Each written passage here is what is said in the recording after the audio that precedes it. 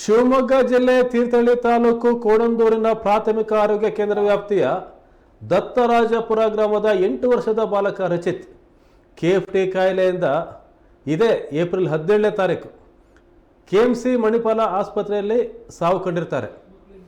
April 4ನೇ ತಾರೀಕು ರಚಿತ್ ಅವರ ಅಕ್ಕನಿಗೂ ಸಹ ಜ್ವರ ಇದ್ದ ಪ್ರಯುಕ್ತ ಜೆಸಿ ಆಸ್ಪತ್ರೆಗೆ ತೀರ್ಥಹಳ್ಳಿಯಲ್ಲಿ ದಾಖಲು ಮಾಡಿರ್ತಾರೆ.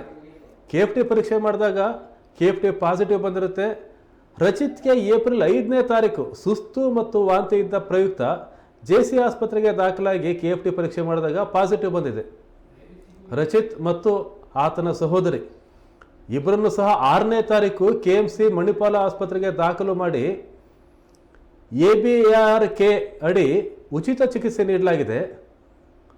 ರಚಿತ್ನ ಸಹೋದರಿ ಗುಣಮುಖರಾಗಿ ಆಸ್ಪತ್ರೆಯಿಂದ ಡಿಸ್ಚಾರ್ಜ್ ಆಗಿ ಮನೆಗೆ ಬಂದಿದ್ದಾರೆ. ಆದರೆ ರಚಿತ್ ಆರೋಗ್ಯ ಚೇತರಿಸಿಕೊಳ್ಳದೆ ಆಸ್ಪತ್ರೆಯಲ್ಲೇ ಇರಿಸಿ ತೀವ್ರ ನಿಗಾ ಘಟಕದಲ್ಲಿರಿಸಿ ಚಿಕಿತ್ಸೆ ಕೊಡಲಾಗ್ತಾ ಇತ್ತು. ಚಿಕಿತ್ಸೆ ಫಲಕಾರಿಯಾಗಿದೆ. ಕಳೆದ ರಾತ್ರಿ ರಚಿತ್ ಮರಣ ಹೊಂದಿರೋದಾಗಿ ಮಣಿಪಾಲ ಆಸ್ಪತ್ರೆ ವೈದ್ಯರು ತಿಳಿಸಿದ್ದಾರೆ. ಈ ಮರಣ ಪ್ರಕರಣ ಕುರಿತು ಸೂಕ್ತ ತನಿಖೆ ನಡೆಸಿ ವರದಿ ನೀಡುವಂತೆ ಆರೋಗ್ಯ ಇಲಾಖೆ ಅಧಿಕಾರಿಗಳಿಗೆ ಜಿಲ್ಲಾಧಿಕಾರಿ ಗುರುದತ್ತ ಹೆಗಡೆ ಸೂಚನೆ ನೀಡಿದ್ದಾರೆ.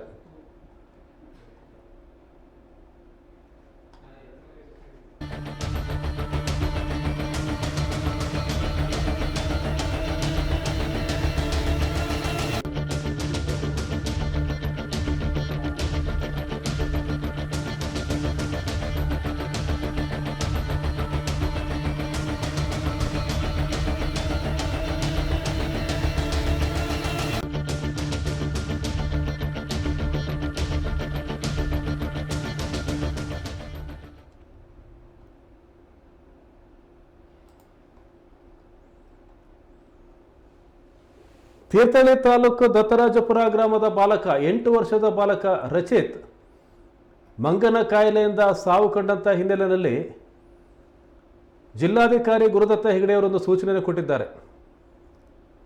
ಏಪ್ರಿಲ್ 4ನೇ ತಾರೀಕು ರಚಿತ್ ಅವರ ಅಕ್ಕನಿಗೆ ಬಂದಿತ್ತು ಜ್ವರ. ಅವರನ್ನು ಜೆಸಿ ಆಸ್ಪತ್ರೆಗೆ ದಾಖಲು ಮಾಡಿ ಕೆಎಫ್ಟಿ ಪಾಸಿಟಿವ್ ಅಂತ ಬಂದ ಕಾರಣಕ್ಕೆ ಅವರನ್ನು ಮಣಿಪಾಲ ಆಸ್ಪತ್ರೆಗೆ ಕರ್ಕೊಂಡು ಹೋಗಲಾಗಾಯಿತು. ಏಪ್ರಿಲ್ 5ನೇ ತಾರೀಕು ಅವರನ್ನು ಮಣಿಪಾಲ್ಗೆ ಕರ್ಕೊಂಡೋಗಿದ್ರು. 6ನೇ ತಾರೀಕು ಅವರಿಗೆ ಉಚಿತ ಚಿಕಿತ್ಸೆಯನ್ನು ಸಹ ಕೊಡಲಾಗಿತ್ತು.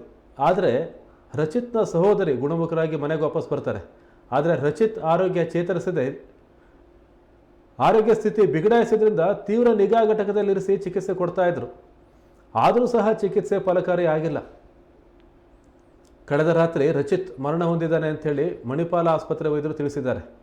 ಇದನ್ನು ಜಿಲ್ಲಾಧಿಕಾರಿಗಳು ಬಹಳ ಗಂಭೀರವಾಗಿ ಪರಿಗಣಿಸಿದ್ದಾರೆ.